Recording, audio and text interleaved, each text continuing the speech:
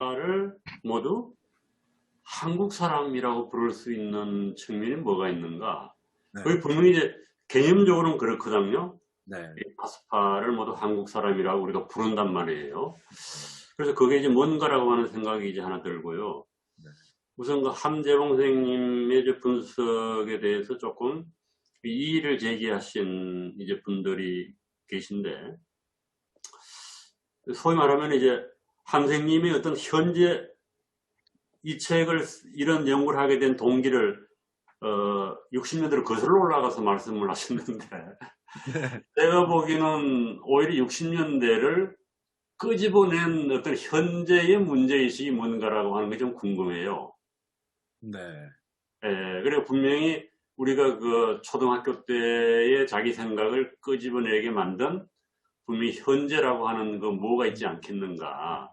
음, 그래서 조금 전에 그 질문하신 딴 선생님들하고 이제 네, 연결시켜 말씀을 드리고 싶으면은 우리의 그 문화유전자, 밈이라고 하는 그 문화유전자 아주 다양할 거예요. 네, 네, 이제 그 중에 이제 선생님이 주로 포인트를 맞춘 거는 이념적인 것 같아요. 정치적 이념적인 것.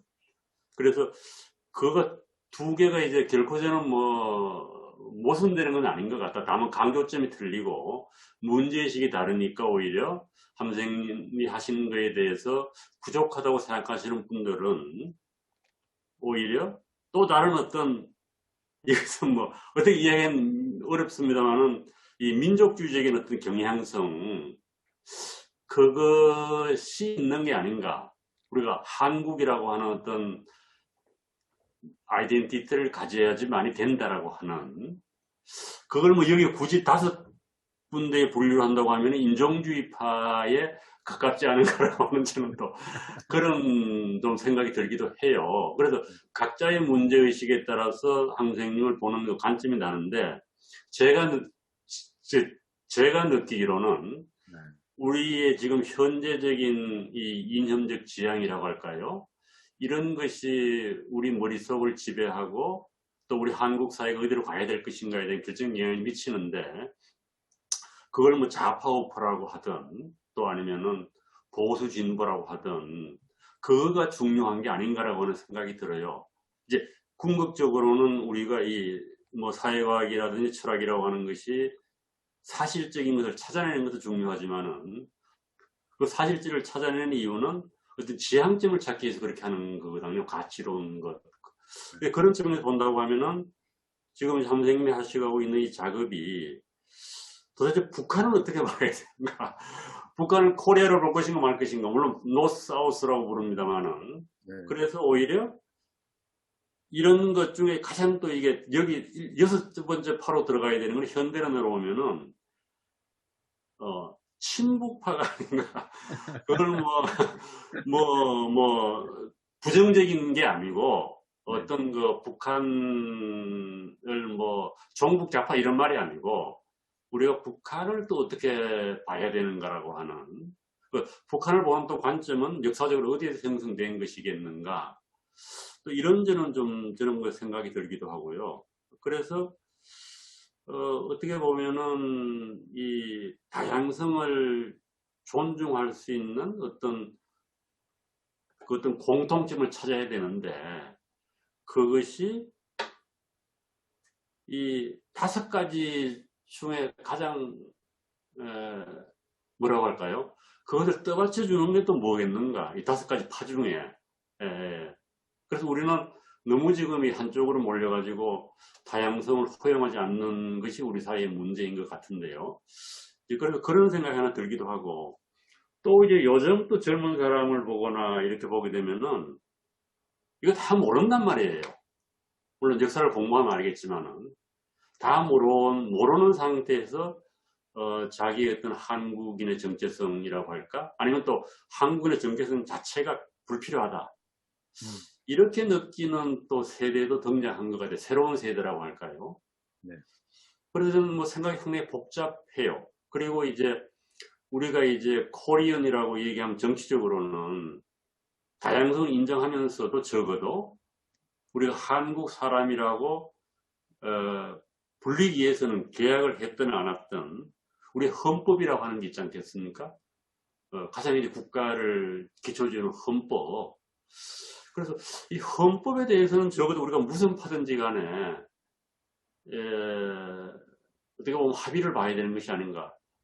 뭐 이제 헌법에서 우리가 합의를 볼 수 없는 이념적인 요소는 그걸 빼버리든지 해서 뭐 더 넣는 건 힘든 것 같고요. 그래서 우리가 뭔가는 어떤 거에 하나 이렇게 아까 선생님 말씀하실 때 그 어떤 에피스테믹 공동체라고 할까요?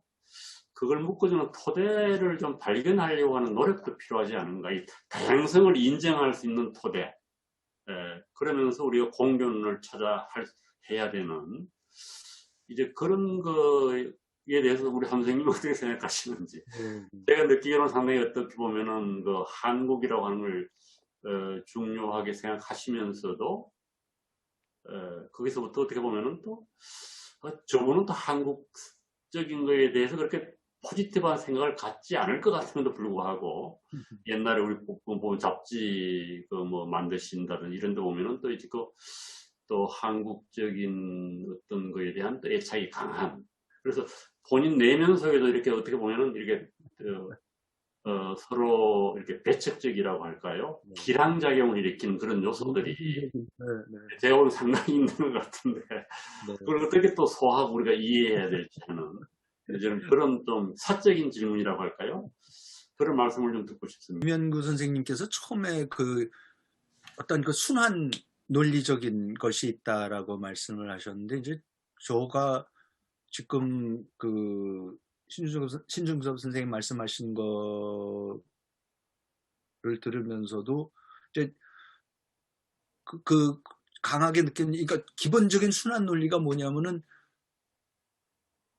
저가 저 자신을 한국 사람이라고 생각을 하고 한국 사람이라는 게 있으니까, 그게 있으니까, 근데 이렇게 다양하니까 그걸 하나로, 아니 그게 그러니까 서로가 어떻게 좀 더 지금보다는 섞이자, 뭐 예를 들어서 이제 뭐 그런, 그러면 전제 자체가 뭐냐면 이미 한국 사람이 있다, 이렇게 다양하지만 있다라는 그 전제는 있어야지 이게 논리적으로 이 책이 이제 문제의식 자체가 이제 가능하다는 거는 저도 이제 10분 인정을 하죠. 그러니까는 그런 의미에서는 그러면 그게 과연 뭘까 이렇게 자꾸 봤을 때는 그 일종의 그게 민족주의 같은 거 아니냐. 그야말로 민족주의가 아니었었으면은 이거를 느낄 수가 없는 거겠죠. 북한까지도 우리가 같은 민족이라고 느낄 수 있는, 북한같이 우리랑 다른 사람들을 가지고 거기야말로 이념으로 보나 종교로 보나 뭐 가치관으로 보나 인간적으로 봐도 싫고, 그런데 도대체 그러니까 왜 같은 사람으로 봐야 되고 이렇게 맨날 한쪽에서 퍼줘야 된다 그러고, 그리고 또 저는 그래요. 이렇게 어떤 때 보면 이렇게 그 민족적인 어떤 그런 상황이 뭐 뭉클하고 그러죠. 남북한 지도자들이 만나고 그래도 뭔가 할 때 보면은 저게 뭐가 되든 안 되든 굉장히 뭔가가 희망을 걸어보는, 은연중에 희망 걸어보는 것도 있고 하여튼 이런 거를 보면은 분명히 깔려있는, 그런 의미에서 저는 지금 한국 사람이라는 사람들이 아무리 내가 뭐 우리 집안은 뭐가 됐든 어느 한쪽일 수는 없을 것 같아요. 제가 말씀드린 5개 중에 딱 나는 순수하게 요거다라고는 할 수가 없는 거고, 일단 다 깔고 있는 우리가 어떤 공동체라는 거에 깔고 있고, 선생님 질문하시듯이 그게 그럼 그 기반이 뭐냐, 그거는 뭐냐. 근데 그거는 제가 이제 그걸 뭐라 그러죠? 어쨌든 방법론적으로 이론적으로 그 답은 못하고 안 하고 그냥 일단 5가지 다양한 거를 먼저 말씀을 드리는, 그러니까 방법론적으로 그 공통점을 말씀을 드릴 수가 없는 방법론이죠, 이거는 일단. 그래서 그렇지만은 제기하시는 문제의식이 뭔지는 제가 이제 충분히 안다, 이해하고 있다라는 거를 이제 말씀을 드리고요. 그게 그러면 이제 그 헌법 같은 거냐. 근데 사실 저는 헌법도 굉장히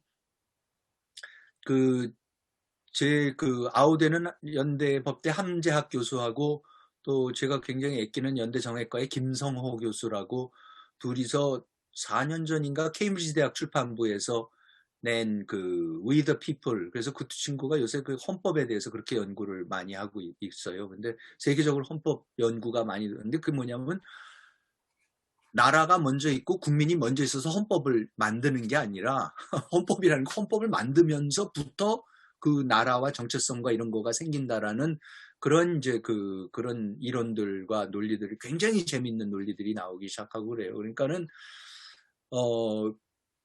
우리가 자꾸 선언적으로 뭐가 있고 민족이 있고 이런 사람들이 있어 이 사람들이 삼국시대에도 살았고 고려시대에는 불교를 했고 이 사람들이 조선시대에는 주작을 했고 이 사람들이 일제시대에 살았고 고생을 했고 이 사람들이 이제 뭐 공산주의도 하고 이런 게 아니라 그 사람들이라는 게 없고 그때그때마다 만들어진 거다. 그러니까 이런 얘기를 하고 있는 지금 우리도 대한민국이라는 헌법을 만들어서 국가라는 걸 만들어서 거기에 섞여 있는 어떤 담론들을 통해서 만들기 시작한 저는 그래서 이제 70년밖에 안 된 사람들 한국 사람이란 말 자체가 1962년 9월 22일자 조선일보에 처음 나왔던 거고 그리고 나라라는 게 70년밖에 안 됐고 한글로 우리가 이렇게 글을 써서 나눠서 토론을 하고 하는 그 한글로 뭐를 하는 것도 70년, 알아야 70년밖에 안 됐거든요. 한글이라는 게 한 번도 공식 언어가 돼본 적이 없었던 거고 일제시대도 아니었고 그러니까 이제 완전히 새 사람이다.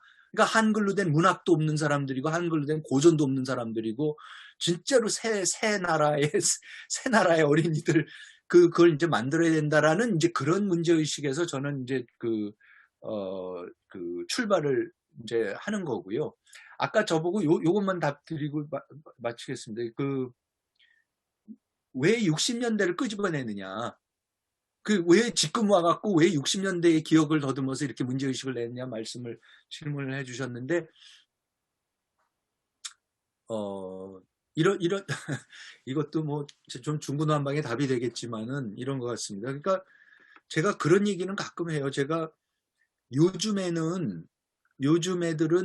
한국 애들은 외국에 나가서 너 뭐냐 그래서 코리안이라 그러면은 what is that이라고 하는 사람 아마 하나도 없을 겁니다. 한국 사람을 코리안이 뭔지를 모르는 외국의 티네이저고 뭐가 이제 하나도 없을 거야. 하려고 뭐 이것 때문에 세상에서 제일 유명해지고 외국 애들이 한국 사람이 되고 싶어하고 한국 사람하고 결혼하고 싶다는 게 저는 진짜로 이거야말로 이런 경천 동지할 이런 도대체 이런 일이 있을 수가 왜냐하면 저희 때는 한국 사람이 누군지도 몰랐고 미국에서 살면서 미국 여자아이들한테 백인 여자아이들한테 데이트 한번 얻으려면 얼마나 힘든 일인지 아세요? 그런데요 요새는 한국 남자가 제일 난 도대체 이게 무슨 얘기인지 모르겠는데 그런데 이제 그게 왜 이 말씀을 드리냐면요. 이게 이제 저도 국뽕인 거고 민족주의적인 그게 있다라는 부분이 뭐냐 인정을 할 수밖에 없는 부분이요. 대한민국이 이렇게 잘 되고 이렇게 알려졌으니까 제가 이 책을 쓴다고 생각을 합니다.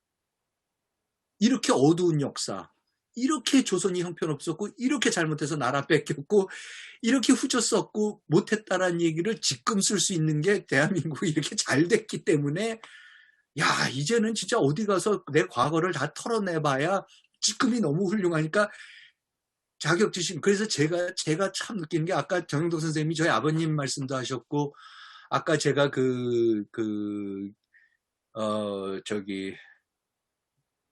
김원규 선생님이 저보고 그 맹아론 같은 거를 그렇게 하면 안 된다라고 말씀을 이제 하셨는데 저희 아버님이 맹아론자셨거든요. 아버님이 딱 60년대 그 세대셨어요. 김영석 선생님하고 그 당시에 모든 아버님이 쓰셨던 아직도 기억나는 그 논문의 제목이 우울의 정치학이라는 논문을 쓰셨었는데 왜 이렇게 한국 사람들은 우리 정치 후지고 잘못됐고 모든 게 이렇게 안 됐고 잘 안 되고 있다라는 얘기만 하고 있고 왜 이렇게 어두운 얘기만 하느냐. 우리가 이렇게 잘한 면도 있었고 그래서 그때 막 그게 이제 박정희 대통령하고 박정홍 선생하고 해갖고 뭐 특별보좌관제 만들어서 국민교육헌장 만들고 완전히 그 시대에 아버님이 야, 우리나라 교과서는 바도가 이리 오너라를 국어 교과서가 시작한데 뭐 일본의 교과서는 뭐 후지산이 어떻고 뭐에부터 시작을 하는데 도대체 왜 이렇게 민족 정기도 안 불어놓고 이런 거를 안 하냐라고 하신 세대였었어요.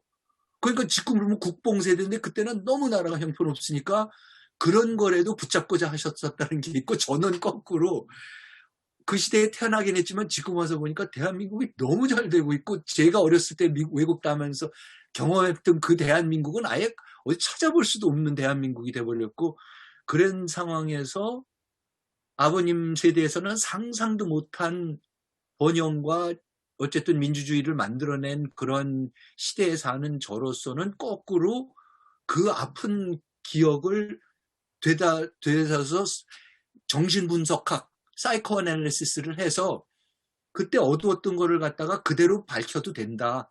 오히려 그래야지 나의 정체성이 뭔지를 되찾을 수 있다. 제대로 정립할 수 있다. 좀 그러한 그 정신분석학적인 분석을 우리 근대사에 대해서 해야 된다라는 좀 그런 생각도 제가 있습니다. 예, 감사합니다. 정말 함재봉 선생님 그 실존적인 그 문제의식을 가지시고 그 정말 독창적인 그 통찰력을 담은 그런 발제문, 또 보내주신 그 또 발제문, 오늘 발표하신 것, 제 한국인의 자기 정체성을 이해하는 데 많은 도움을 줬는데요. 저는 이제 개념과 논리에 대한 질문을 드리겠습니다. 우선 아까 선생님 그 발표 중에 그 즉자 존재, 대자 존재의 말씀하셨는데 네네. 타고가 있으신 것 같아요. 네네. 사르트르의 존재 의무에 이제 즉자 존재, 대자 존재, 대타 네네네. 존재가 나오지 않습니까? 그래서 이제 즉자 존재는 어떤 주어진 어떤 질서나 그 어떤 법칙에 이제 그 갇혀 있는 그런 사물 존재를 말하는 것이고, 네네. 대자 존재는 이제 자기 의식을 가지고 자기와 거리를 가지고 자기를 대상으로 그렇죠. 하는 이 자아를 가리키는 거거든요. 네. 일본인은 대자 존재가 아니라 대타 존재라고 해야 타존재. 네, 아더죠. 네네. 맞을 것 같습니다. 그게 아더가 그게 네네. 들어가거든요. 네, 맞습니다. 그 다음에 또 두 번째는 선생님이 조금 말씀 그 지금 논지를 펴 나가는 데 있어서 네. 그 좀 논리적인 그런 모순 또는 어떤 충돌이 좀 있으신 것 같아요. 특히 이제 그 민족사관, 민중사관이 이제 인종민족주의에서 나온 거잖아요. 네. 그게 한편으로는 분명히 선생님이 가장 강력한 그 한국 사람의 정체성을 규정해주는 가장 강력한 담론의 하나라고도 말씀하시면서, 다른 쪽에서는 이거는 하나의 이데올로기에 불과하고 학문적 이론적 효용성은 없다라고 또 말씀을 하시거든요. 네네. 예, 그래서 이게 좀 저희가 이해하는데 자꾸 걸림돌이 되더라고요. 네. 분명히 5가지 유행에 대해서는 각각의 담론으로 또 인정을 하시면서 네네. 이제 민족사관, 민중사관 요 유행에 대해서는 굉장히 좀 뭐랄까 극복해야 될 그런 것으로 그렇게 이제 기술을 하시기 때문에 제가 이해하는데 좀 어려움이 있습니다. 그 다음에 또 이제 한국 사람 만들기라고 하는 그 개념 자체가 상당히 좀 애매하다는 느낌이 듭니다. 왜냐하면 한국 사람 자체가 아직도 이게 그 선생님 정말 니체가 말한 것처럼 인간은 그 완성되지 않는 미지수다.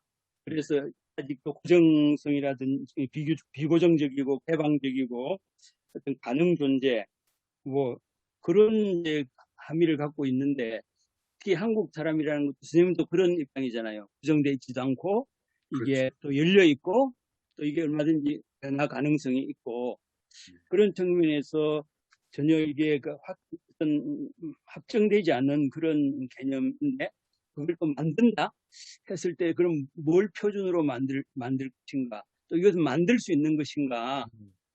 개부학적으로 보신다는 것은 이제 특히 한국 사람이 이제 그 역사적으로 구성되고 앞으로 어떻게 또 이게 변화될 수 있는 것인지를 이제 보시는 거잖아요. 그런 측면에서 한국 사람 만들기가 잘 안 들어와요. 그래서 그거 좀 설명을 해주셔서 이해를 시켜주시면 좋겠고, 그 다음에 이제 다른 선생님들하고 연관이 되는 것인데, 그 5개의 정치 이념적인 그 담론이 어떻게 바로 5 종류 한국 사람의 정체성 담론의 틀과 바로 연결될 수 있는가 하는 문제예요. 근데 선생님은 이 정치 이념적인 그 담론을 문화 개념보다 더 상위 개념으로 아마 생각하셔가지고 이런 논지를 펼치시는 것 같은데, 일반적으로는 문화가 정치적 이념보다는 더 상위 개념이잖아요. 그렇기 때문에 조금 그 논리적인 관계가 조금 뭐랄까 상위 개념, 하위 개념이 이렇게 그 충돌이 되는 그런 문제가 있거든요. 그래서 저는 이제 선생님 말씀하시는 이 개념하고 이 논리의 충돌, 이것에 대해서 선생님이 좀 명확하게 더 설명해 주시면은 선생님의 논지를 이해하는 데 크게 도움이 되겠습니다. 감사합니다. 그 타자입니다. 타자. The other. 자꾸 self하고 other인데 죄송합니다. 그 타자고, 우선 민족사관은 극복해야 되는 거다라는 거, 가장 강력한 거고, 이제 극복해야 되는 거다. 그러니까는 제가 이해하고 있는 이 민족주의가 나오게 되는, 그 민족사관이 나오게 되는 거기에 깔려있는 모든 이론들, 우리가 알고 있는 모르겠습니다. 헤르데르부터 시작해서 하여튼 그러한 내셔널리즘 이론이 나오는 데 있어서는 제가 분석하고 있는 걸로는 인종주의라는 개념을 빼고는 이제 설명이 안 되는, 사실 말이 좋아서 내셔널리즘하고 레이시즘을 자꾸 우리가 구분을 해서 마치 내셔널리즘은 뭔가 조금 더 좋은 것 같은 걸로 생각을 하고, 사실 문화도 그렇습니다. 문화나 cultural difference는 racial, ethnic difference랑 조금 다른 것 같다라고 그러는데, 사실은 궁극적으로 끝까지 파고들면 culture라는 개념이나 race라는 개념이나 인종이라는 개념이 같은, 그러니까 거기서 태어나는 거지 그게 무슨, 그러니까 사실은 같은 개념인데, 저는 우선 그게 이론적으로 말이 안 된다고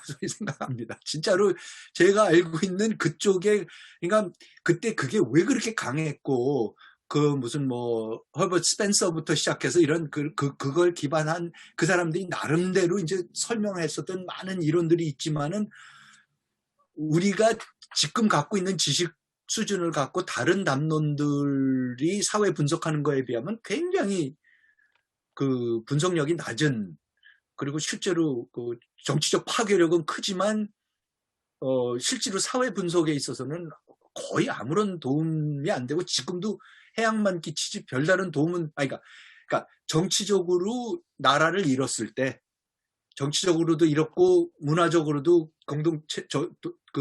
이 동질성을 상실했을 때에 그래도 이거를 이끌어주고 유지를 할 수 있게 해주는 어떠한 그런 역할로서의 민족주의 역할은 제가 분명히 인정을 하고, 참 그게 그때 들어와서 그나마 이게 같다라는 거는 참 대단해서, 왜 그게 효용 가치가 있고 정치적으로 특히 요즘에 와서도 그렇게 강한 힘을 발휘하고 있는지는 제가 100분 이해를 하는데, 저는 그게 지적으로 얼마나 설득력이 있느냐의 문제와 정치적으로 얼마나 효용성이 있느냐는 사실 전혀 별개의 문제라고 오히려 이제 생각을 하고 있기 때문에, 저는 그거는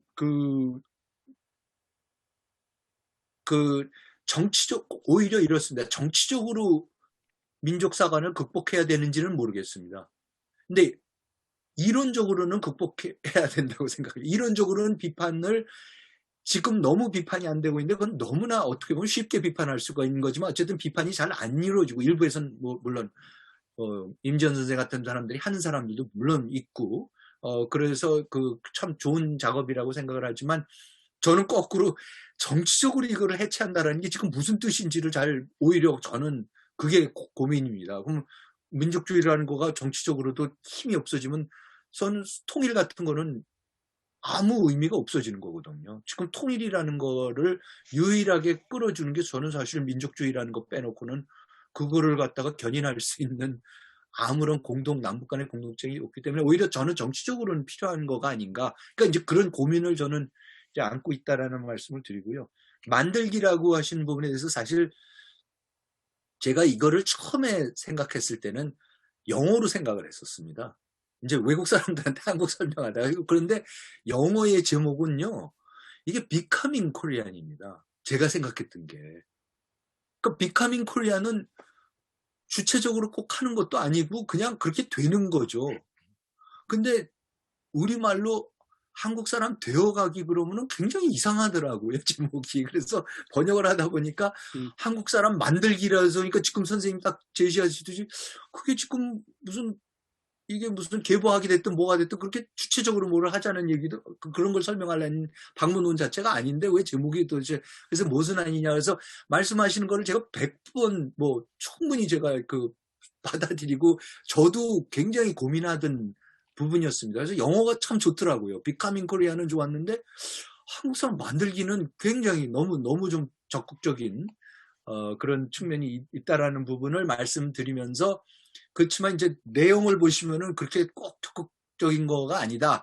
그렇지만 또 다른 한편 젊은 친구들한테 제가 젊은 사람들하고 얘기할 때는 정체성이라는 게 만들어지는 거고 항상 가변적인 거고 그게 조선이 정체성 만들어내는 것도 제가 일부에서 보이고 뭐 했듯이 만들어내야 되는 거고 지금 우리가 만들어야 된다. 그리고 실제 세종대왕이 한 작업도 조선 사람으로서의 정체성이라는 게 주자성리학이라는 새 이념을 들여오고 종법제도라는 완전히 새 체제를 들여오면서 이거를 자기네 기존의 거랑 짬뽕을 시켜서 어떠한 기가 막힌 예법을 만들어내고 새로운 이런 거를 막 만들어내거든요. 그러니까는 우리 사회에서도 그런 작업도 의식적으로 한국적인 게 진짜 뭘까라는 거를 그냥 만들어지고 나서 보니까 우리가 잘하니까 뭐 BTS가 한국적이다 뭐 김치가 한국적이다 이거 아니라 그런 거를 떠나서 진짜 더 외국 사람들한테도 이렇게 보여줬을 때 이게 한국적인 것이다. 한국적인 장례 아까 말씀드렸듯이 한국적인 결혼식 외국 친구들이 와갖고 한국 결혼식 보자 그러면 보여줄 게 아무것도 없어요.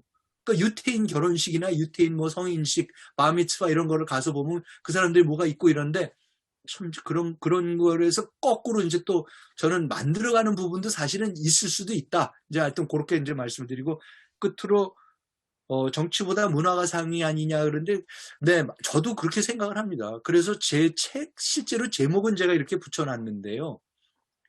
실제 제 책을 보시면은 사실 어떤 정치적인 분석이랄까 국제 정치가 됐든 국내 정치가 됐든 그런 우리가 보통 흔히 생각하는 정치학적인 접근보다는 사실 문화인류학적인 아까 말씀드린 문화적인 사상적인 그 다음에 프락시스 차원에서의 그 실질적인 사람들의 삶의 변화를 추적을 해보려는 노력을 물론 큰 프레임은 그런 개념들을 그 정치 뭐 이런 정치 개념들을 국제 정치 개념들 쓰지만은 그렇다는 부분을 말씀드리고 나중에 혹시 기회 되시면 제 책을 한번 읽어보시면은 그냥 정치학적인 접근이나 국제정치학적인 접근은 오히려 그냥 어떤 사건을 제가 재묘사를 해야 되고 거문도 사건이 도대체 왜 일어났었고 뭐 이제 이런 그런 거를 설명하는 데 있어서는 제가 그 정치 역사 국제정치가 들어가지만 그게 어떠한 문화 영역이나 다른 차원의 담론보다 더 설명력이 있다라는 게 보다는 오히려 저는 거꾸로 그런 정치사나 이런 것까지도 제가 생각했을 때 문화 담론적인 차원에서 녹여내려고 오히려 그래서 제 책을 아마 정치학자들이 읽으면은 오히려 정치학적인 책은 아니라고 그렇게 할 거라고 저는 오히려 많이 주신 발표라고 생각합니다. 감사드리고요. 이제 그럼에도 불구하고 또 많은 질문들이 나오고 했는데 저도 따라가기 어려운 대목도 많이 있고 질문도 많이 있고 한데 그중에서 이 5가지 유형이라고 하는 것이 이제 세대별로 좀 다를 것 같고요. 어떤 점에서 보면은 특정한 세대를 모델로 삼아서 만드신 것 같고 그 특정한 세대라고 하는 건 뭐 기성세대라고 저는 생각합니다. 60대, 70대 아까 60년대 기억을 뭐 되살렸다 이렇게 말씀을 또 하셨는데 그런데 이제 요즘 또 젊은이들 보면 과연 이 5가지 이념형이 맞을지 더 내려가면 또 맞을지 이제 그게 하나 저는 궁금한 점이 어떻게 생각하시는지. 네. 그렇기 때문에 만일 그렇다고 하면은 지금 이념형에 대한 이 논의가 역사적인 의미만 가지고 있는 건 아닌지 특정 세대에 대해서만 타당한 그렇다면 이제 책 제목이 Becoming Korean이라고 말씀을 하셨는데 과연 그런 역사적인 어떤 하나의 사실, 역사적인 의미만 가지고 있는 분석을 토대로 해서 어떻게 미래에 대한 얘기를 할 수 있을지 그 대목이 제가 좀 상당히 어려운데 그와 관련해서 한 말씀 해주시겠습니까? 예, 감사합니다. 네, 굉장히 중요한 질문이시고 아까 정영덕 총장님도 같은 맥락에 비슷한 맥락의 질문을 이제 해주셨었는데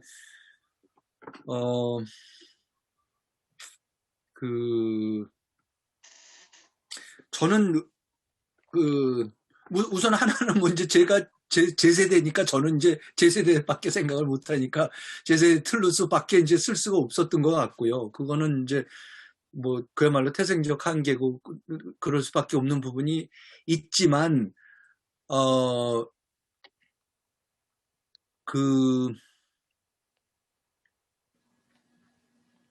그러니까 사실 무슨 역사든지 어떤 역사든지 역사를 과연 왜 배우는가의 문제는 있죠, 선생님. 그러니까 뭐 19세기 역사를 도대체 왜 배우고 가리키는지를 아무 지금 세대하고 상관이 없는 지금 친구들은 더 모르는 거고 그러는데 이제 그거를 가리킨다라는 게 이제 사실 뭐 이제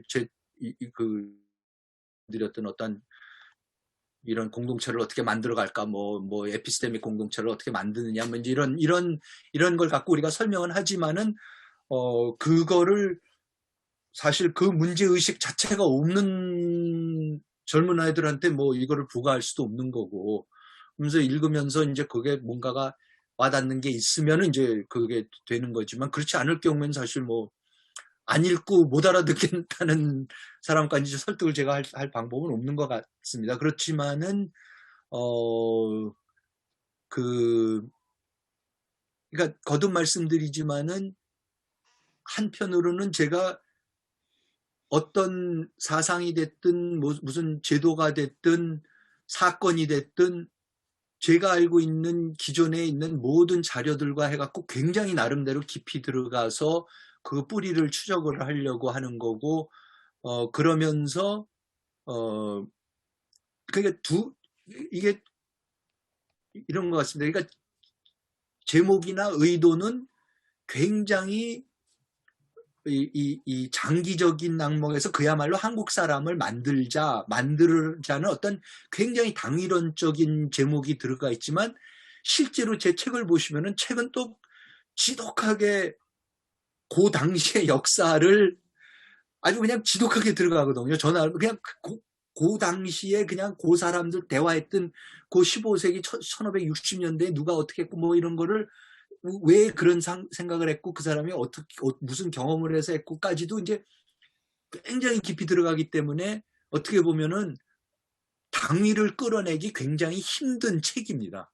그러니까 책 제목을 보시고 제가 서론에서 말씀드리는 부분을 읽으시면은 굉장히 어떤 당위론적인 거를 끄집어내려고, 그리고 뭐 궁극적으로는 저도 뭐 마지막 권이 몇 권이 될지 모르겠지만 그때쯤 되면은 결론을 한번 내야 될 테니까 그때 당위론적인 얘기를 해야 되겠지만 지금까지 쓰고 있는 거를 보면 쓴 거를 제가 이렇게 돌아보더라도 당위론적인 것보다는 그냥 순수 역사를, 그때 역사를 굉장히 이제 깊이 들어가려고 이제 저 나름대로 애를 쓰고 있다.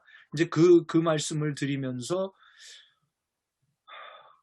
항상 고민하는 그런 거죠. 역사를 모르는 세대한테 역사를 왜 배워야 되겠냐 그러는 거는 정말 아직도 제일 답하기 어려운 질문이고, 뭐 한두 시간 저보고 강의를 누구 젊은 친구들 만들어 놓고 해서 하면은 뭐 대략 얘기가 나오겠지만 이렇게 딱 정답이라는 게 찾아지기가 힘든데, 선생님 질문하신 거에 대해서 저도 똑같고 제 책을 왜 읽어야 되느냐에 대한 질문에 대해서도 한국 사람 정체성의 문제, 역사에 대해서 관심이 있다라고 하는 분들한테는 권해드리지만은 그 자체가, 그러니까 이제 저는 그러니까 무슨 질문을 하시는지 알겠고 저도 씨름하는 질문이 역사 의식을 갖고 있다라는 게 도대체 뭔가? 왜 도대체 이게 19세기에 대해서 나는 이렇게 관심이 있는가? 이게 도대체 뭘까? 그런 인문학적인 어떠한 오리엔테이션이 이게 도대체 이게 뭔 오리엔테이션이고 그 자체가 또 어떤 사람을 만들어내는가 그런 문제까지도 이제 우리가 파고들어야 되는데 선생님 지금 질문하신 거에 대해서는 사실 그렇게 즉각적인 간단하게 답변을 드릴 수 있는 아마도 지금 선생님이 취하신 전략, 그게 이제 일종의 계보학이라고 말씀하시지 않았습니까? 네네. 말씀을 많이 하셨는데, 네. 근데 계보학에서는 뭐 역사적인 사실은 설명할 수 있어도 당후이 내지 앞으로 나가야 될 이념, 그건 설명할 수 없는 거기 때문에 네, 맞습니다. 그 학문의 정체가 네. 그렇기 때문에 이런 문제가 나오지 않나 그렇게 저는 생각합니다. 네. 맞습니다. 선생님 맞습니다. 네, 그것도 아주 정확한 지적이라서요. 저는 그래서 아까도 말씀드렸지만 자꾸 기자들이 예를 들어서 요즘 정치 상황에 대해서 그럼 이게 뭐를 설명해 주는 거냐고 자꾸 당위론적으로 이게 보수냐 진보냐 굉장히 곤혹스럽습니다. 솔직히 학자로서 곤혹스럽습니다. 뭐 그냥 그냥 보통 한국 사는 개인으로서 제가 갖고 있는 그런 그 관점이 있어서 저의 거를 얘기를 할 수는 있지만 그게 과연 제가 이 책에서 분석한 거랑 이렇게 딱 그거에 의해서 뒷받침이 되는지는 저도 사실 잘 모르겠고요. 그러니까 거듭 말씀드리지만은 진짜 역사, 제대로 된 역사, 특히 제가 봤을 때 계보학적인 이게 올바른, 그러니까 이것도 하나의 굉장히 중요하게 역사를 보는 거라 그러면 더더군다나 당위를 끌어낼 수가 사실은 없습니다. 그게 말씀하신 대로 계보학의 핵심이고 뭐 미셸 푸코가 됐든 그런 거를 한 사람들이 욕을 먹는 것도 뭐 어쩌라는 얘기냐라는 얘기가 이제 나오는 건데 저는 그런 의미에서는 글쎄요 이런 마지막 이런 당위를 꼭 끄집어내야 되는 건가? 우리 같이 인문학을 해야 되는 사람은 꼭 이 세계에 대한 객관적인 묘사를 통해서 당위를 끄집어내야 되는 게 is에서 ought로 가야 되느냐? 휴미 하는 문제의식 같이 is로 출발해서 꼭 ought까지 나오느냐의 문제는 사실 그 자체도 우리가 좀 굉장히 주자학적인 그 관점인 것 같은데 그것도 좀 근대인으로서 한번 생각해 봐야 되는 부분이 아닌가. 또 그런, 하여튼, 죄송합니다. 너무 횡설수설인데 그런 생각도 합니다. 예. 김기범 교수님. 예, 아이, 김 교수님이 답해 주셔야 돼요. 역사를 우리가 어떻게. 제가 코로나 시대에 그래도 제일 많이 그래도 만난 사람 중에 한 사람이 함 원장님이신데요. 그렇죠. 네. 근데 오늘 굉장히 많이 정말 질문들을 정말 훌륭하고 날카로운 질문을 해주셔서 정말 오늘 많이 저도 계몽이 됐습니다. 그러니까 처음에는 이제 역사학자로서 함재봉 선생님 책이 낯설거든요. 역사학자가 보기에는. 특히 이제 제가 그런 표현도 이전에 한번 했었는데 한국사한테 이건 폭탄이다. 왜 그러냐면 한국 사는 사람들이 볼 때는 너무나 낯설고 너무 차이가 있는 접근 방식이에요. 근데 저는 그 차이가 의미라고 생각을 해요. 그러니까 이게 결국 연구를 한다는 건 차이를 만들어내는 거고 그 차이를 아는 게 정보고 의미인데 이런 점에서 함 원장님 책이 한국사한테 이건 폭탄이고 한번 정말 이 계보학적 사고를 해야 된다. 우리가 너무 당위에 빠져 있는데 한국사가 실제로 어떻게 전개됐는가, 우리가 한국인이 어떻게 됐는가, 이게 그런 점에서 굉장히 문제작이라고 생각을 합니다. 그리고 점점 처음에는 낯설었는데 자주 이렇게 보고 저는 3권을 다 읽었거든요.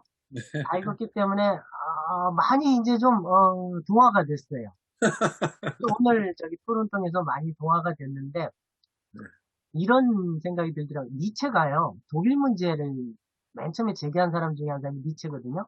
왜 문제냐면 독일인들한테 언제나 미래라는 거예요. 독일은 없다는 거예요. 독일 사람은 있는데 이제 1871년 이전이니까요. 독일이 없다는 거예요. 이게 도이치 프라게 독일 문제거든요. 독일 사람은 있는데 독일이 없다는 거예요. 이게 이제 이른바 독일 문제인데 한국도 똑같았거든요. 조선 사람이나 한국 사람은 있었는데 국가로서 한국이 없었던 거죠. 이게 이제 근대의 문제예요. 그러니까 우리가 이제 특히 우리 일제시대를 통해서 한국인, 조선인은 있는데 한국이 없다는 게 절대절명의 미션이었잖아요. 이제 이거에 갖고 있는 주술로부터 해방시키는 게 함 원장님 책 같은 거라고 생각해요. 이제 우리한테 국가라는 한국은 있어요. 근데 문제가 되는 게 역으로 한국 사람이 누구냐야. 그러니까 반대가 된 거죠. 한국은 있는 것 같은데 한국 사람이 누구인가가 지금 문제인 거예요. 그러니까 이걸 한번 보려는 게 저는 개보학이라고 생각을 해요. 이 정도로 많이 개몽이 됐어요. 근데, 근데 이제 그런, 꿈보다 해몽이 좋으십니다. 예, 이전에 제가 굉장히 비판적이었는데 이제 많이 개몽이 됐고요. 그런 점에서 맨 처음에 그 외국 사람이 미국인이 코리안이 없다라는 말이 의미 있는 질문이냐는 거예요. 다양성이 없다는 게 문제가 아니라 현실이라는 거죠. 네. 그걸 문제로 생각하는 게 전 문제라고 생각을 해요. 네. 예를 들면요, 광개토대왕한테 당신 한국인이냐고 물어보면요, 광개토대왕 뭐라고 그럴 거예요? 못해요. 이해 못해. 그건 우리 생각이에요. 광개토대왕 생각 아니에요. 네. 예를 들면 조선족, 제일동포, 이 사람들은 한국 없었을 때 온 사람들이에요. 아니면 한국 그런 경험이 없어요. 그러니까 고려인 특히. 이 네. 사람들이한테 한국이란 개념 없어요. 그건 우리 생각일 뿐이에요. 그러니까 이렇게 다르다는 거, 이 다르다는 것이 문제가 아니라 현실이라는 거죠. 그러니까 저는 그 점에서 굉장히 어떻게 보면은 그런 측면에서 우리가 갖고 있었던 이 고정관념 그런 거에 대해서 굉장히 이거 걸그 피커밍이다 라는 걸로 그 다음에 그걸 개과학적이라고 한 거에 대해서 굉장히 동조를 해요. 그리고 또 하나는 굉장히 함 원장님 책이 의미 있다고 한 거는요. 올해 그게 또 본격적으로 시작됐는데 2022 교육과정 지금 만들고 있거든요. 초중고등학교. 제가 2015 교육과정 세계사를 했었는데요. 거기서 문제가 된 게 뭐냐면 지금 우리 역사 교육이 어떻게 돼 있냐면 한국사, 동아시아사, 세계사예요. 중학교는 역사예요. 역사를 통으로 써야 되거든요. 저는 교육과정 만들면서 끊임없이 주장했던 게 뭐냐면 역사로 쓰자는 거예요. 왜 역사를 나누냐는 거예요. 이건 일본 사람이 나눈 거거든요. 우리가 어느 나라나 이제는 우리가 한국인이 누구인가를 하려면 함 원장님 책처럼 이게 가로지르기를 해야 돼. 통으로 써야 돼. 통으로. 왔다 갔다는 공간적 시간적인 축을 왔다 갔다 하면서 우리 역사 문제를 얘기를 해야 되거든요. 그러니까 그런 식으로 글로벌 한국사를 써야 된다고 생각을 해요. 근데 그때 교육과정에서 못한 게 뭐냐면 샘플이 없는 거예요. 이게 불가능하다는 거야. 그냥 공간을 갖다 병렬했지 이걸 녹아내지를 못했어요. 근데 이거 녹아낼 수 있는 하나의 샘플이 나왔다는 점에서 굉장히 이거는 한국 사는 사람들이 좀 읽고 이 샘플을 좀 더 세련화시키면 이제 우리 역사를 쓸 수 있겠다. 우리 한국 사람이 쓰는 역사죠. 우리를 위한 역사죠. 결국은 역사라는 게 그런 거고 그게 바로 저는 역사의식이라고 생각을 해요. 여기까지가 제가 굉장히 개몽된 부분이고요. 딱 하나가 아직도 해결이 안 되는 게 뭐냐면 조선 사람이 어떻게 한국 사람이 됐느냐의 문제예요. 그러니까 이거를 너무 단절론적으로 지금 보시는데요. 그러니까 우리가 어떻게 해서 조선 사람이 전근대 조선 사람이 근대 한국 사람이 됐는가? 이 부분을 어떻게 이어 나갈 것인가? 근데 이 문제를 일단은 가로쳐 놓고 함 원장님은 기독교부터 이제 어떻게 보면은 결정판으로 보시는 거잖아요. 그러니까 결국은 기독교 근대화론인 거죠. 위로부터 갑신정변이 실패하고 이게 결국은 기독교라는 걸 통해서 우리 삶이 달라졌다. 아까 말한 민주주의 교육을 기독교를 통해서 했고 한글을 통해서 우리가 이렇게 근대적인 구텐베르크 혁명 이른바 그걸 한 거고 이제 이런 식으로 했는데 그러면서 이걸 이제 5개 코드로 이제 보시는 거죠. 근데 정근대 코드 자체를 전부 위정척사파로 볼 수 있냐는 거예요. 그러니까 우리한테 굉장히 이제 다음에 아마 여기 콜로팀에서 정수복 선생님이 오시는데 한국인의 문화적 문법을 한다 할 때 원형적인 게 있다는 거죠. 우리한테. 배경적이든 뭐든 간에 그것을 토대로 해서 어떻게 보면 함 원장님이 생각하시는 그 원형을 가지고 근대적인 고민을 한 게 5개의 코드라고 생각을 해요. 이 부분이 너무 이게 근본적으로 가지고 있는 거. 이 부분을 완전히 지금 제거한 상태에서 5개로 하고 그 중에 하나를 위정착석파로 한 게 과연 객관적이냐는 거야. 아니면 이게 좀 너무 그렇다는 거죠. 그 음. 부분 어떻게 할 것이냐의 문제고요. 그 다음에 이거를 5개 코드로 갈라낸 건 굉장히 중요한 접근 방식이라고 생각해요. 이게 저는 문화유전자라면 이게 유전자 결국 DNA가 A, G, C, T거든요. 뭐 구아닌, 뭐 시토민, 뭐 티민, 뭐 이렇잖아요. 그것처럼 지금 5개로 갈라냈어요. 근데 문제는 이것이 조합을 해서 뭔가 문화유전자가 형성되거든요. 이게 뭐냐는 거예요. 이게 한국인이거든요. 네. 그냥 5개 코드가 한국인이 아니라 그렇죠. 이게 어떻게 보면 당위 문제일 수도 있는데 그게 무리거든요. 그냥 이게 코드가 무리가 아니라 이 조합이 어떻게 됐는가의 문제를 어떻게 쓸 수 있을까? 그냥 이렇게 지금은 단계에서는 코드만 이렇게 디퍼런스 해놓은 거죠. 구별해 놓은 거예요. 근데 이것들이 조합이 한국인이거든요. 그리고 내 안에 이것들이 겹쳐져 있거든요. 그리고 시대적인 따라서 이것들이 뭐가 튀어나와요. 시대 정신으로. 이런 식으로 우리가 굴러갔거든요. 이게 아까 김영구 선생님 말씀하신 과정으로서 문제거든요. 이걸 환원한 게 아니라 환원한 다음에 어떻게 재구성할 건가. 이 지점이 뭔가가 조금 얘기가 돼야 이게 아마 지금 여태까지 질문한 거 당위 문제든지 정말 우리가 누구인가인가 이게 좀 보여줄 것 같아요. 이 문제를 결국 의식이라는 건 지향성인데 이거 생각 안 하고 이거 작업했다고 보여지지 않거든요. 아무리 그렇다고 해도요. 네. 아무리 학문이라고 해도 결국은 지향성이 있거든요. 네, 우리가 네.